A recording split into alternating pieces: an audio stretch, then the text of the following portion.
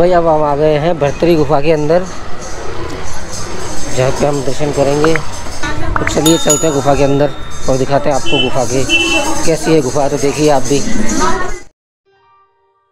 2280 ईस्वी पूर्व उज्जैन की राजा भर्तरी ने गुरु गोरखनाथ जी के संपर्क में आने के बाद वैराग्य धारण कर लिया था और राजा से सन्यासी बन गए थे।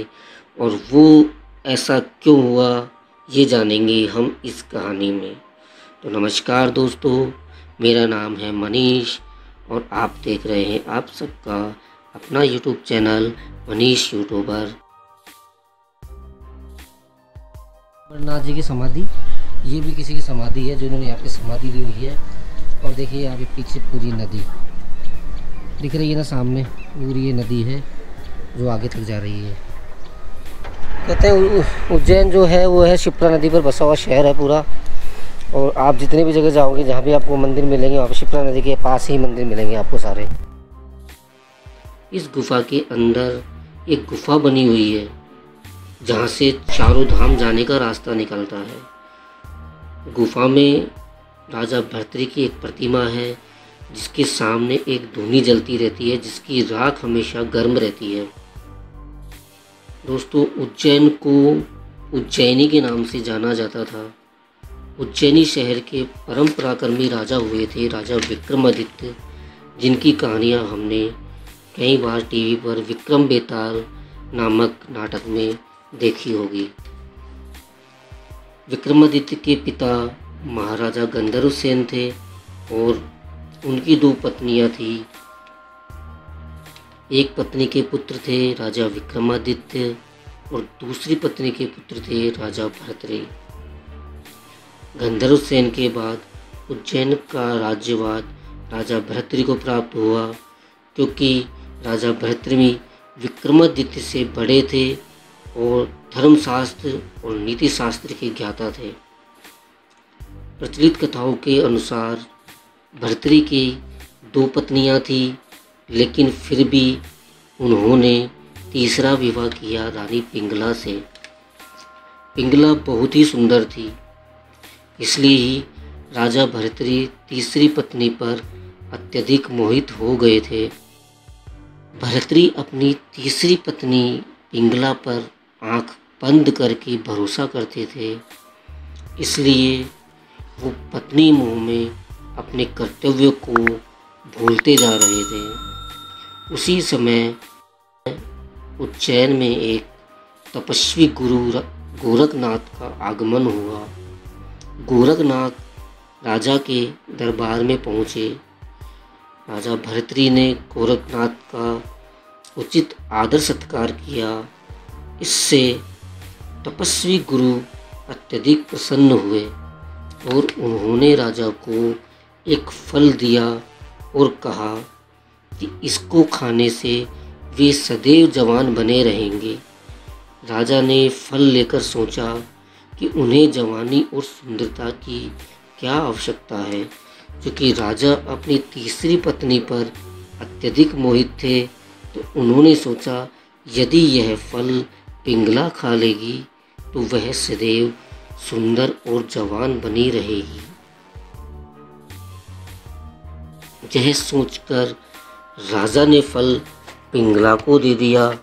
रानी पिंगला भर्तरी जी से नहीं बल्कि राज्य के एक कोतवाल पर मोहित थी और उनसे प्रेम किया करती थी। इस बात को राजा नहीं जानते थे।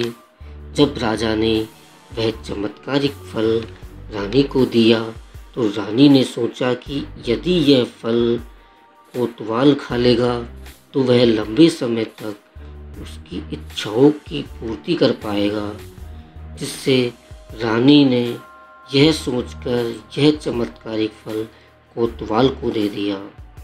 वह कोतवाल एक वेश्या से प्रेम करता था और उसने चमत्कारिक फल उस वेश्या को दे दिया ताकि वह वेश्या हमेशा जवान और सुंदर बनी रहे।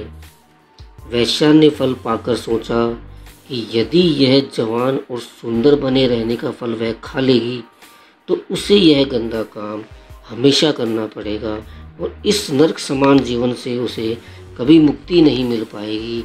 यह सोचकर उसने सोचा कि इस फल की सबसे ज़्यादा ज़रूरत तो हमारे राजा को है, क्योंकि राजा हमेशा जवान बने रहेंगे तो प्रजा को लंबे समय तक सुख सुविधा देते रहेंगे।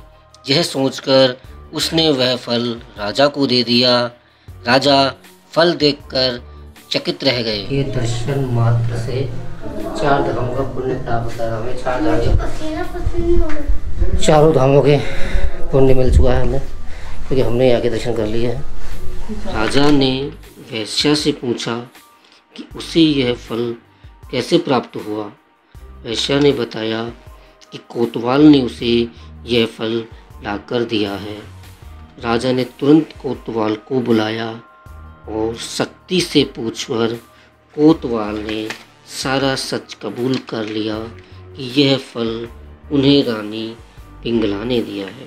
जब भर्तृहरि को पूरी सच्चाई मालूम हुई तो वो समझ गए कि पिंगला ने उन्हें धोखा दिया है। पत्नी के धोखे से राजा भर्तृहरि के मन में वैराग्य जाग गया और वे अपना संपूर्ण राजपाट राजा विक्रमादित्य को सौंपकर उज्जैन की एक गुफा में आ गए। इस गुफा में उन्होंने 12 वर्षों तक तपस्या की, जिस गुफा को हम राजा भर्तृहरि की गुफा कहते हैं।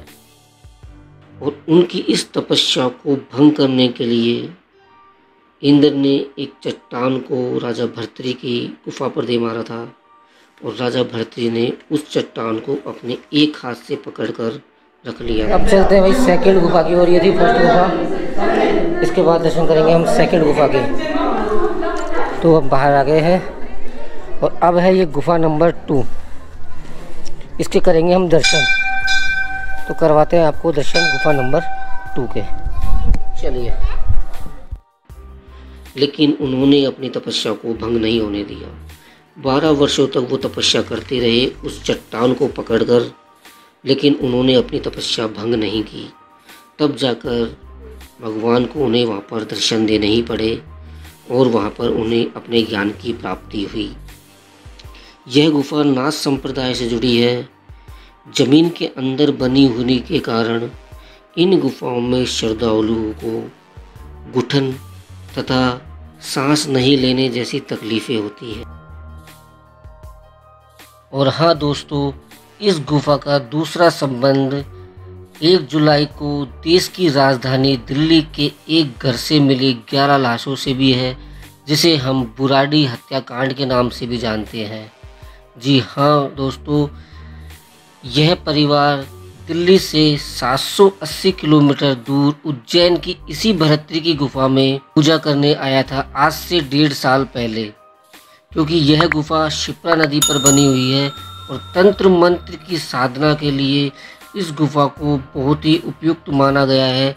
और इस गुफा के अंदर ललित रहस्यमयी पूजा करवाने के लिए अपने परिवार के 11 सदस्यों और एक तांत्रिक के साथ यहाँ पर आया था। ललित ने यह पूजा अपनी भांजी प्रियंका, जो कि मांगलिक थी और उसकी शादी में दिक्कतें आ रही थी, उन परेशानियों को दूर करने के लिए ललित ने यह पूजा करवाई थी। लेकिन जब तांत्रिक ने बलि के लिए पैसे की डिमांड रखी तो परिवार पैसे नहीं दे पाया, जिस बात से गुस्साए साधु ने ललित को शाप दिया कि पूरे परिवार का सामूहिक सर्वनाश हो जाएगा। और दोस्तों, उसके ठीक 1.5 साल बाद पूरे परिवार ने सामूहिक आत्महत्या कर ली थी। इस बात का खंडन हम नहीं करते हैं, खुद APVP न्यूज़ चैनल ने इस बात को बताया है। आप चाहे तो वहां जाकर भी देख सकते हैं। तो भाइयों, हमारे द्वारा दी गई जानकारी आपको कैसी लगी हमें कमेंट्स बॉक्स में जाकर ज़रूर बताएं। और इसी प्रकार की और वीडियो देखने के लिए हमारे चैनल को सब्सक्राइब करें, लाइक करें एंड तो भाई चलते हैं। अगर वीडियो पसंद आए तो लाइक कीजिए, शेयर कीजिए, सब्सक्राइब कीजिए हमारे यूट्यूब चैनल को और बने रहे हमारे चैनल पर। तो दिखाते हैं आपको नेक्स्ट वीडियो में बाबा काल भैरव को। तब तक के लिए मिलते हैं नेक्स्ट वीडियो में। जय हिंद, जय भारत, गुड बाय।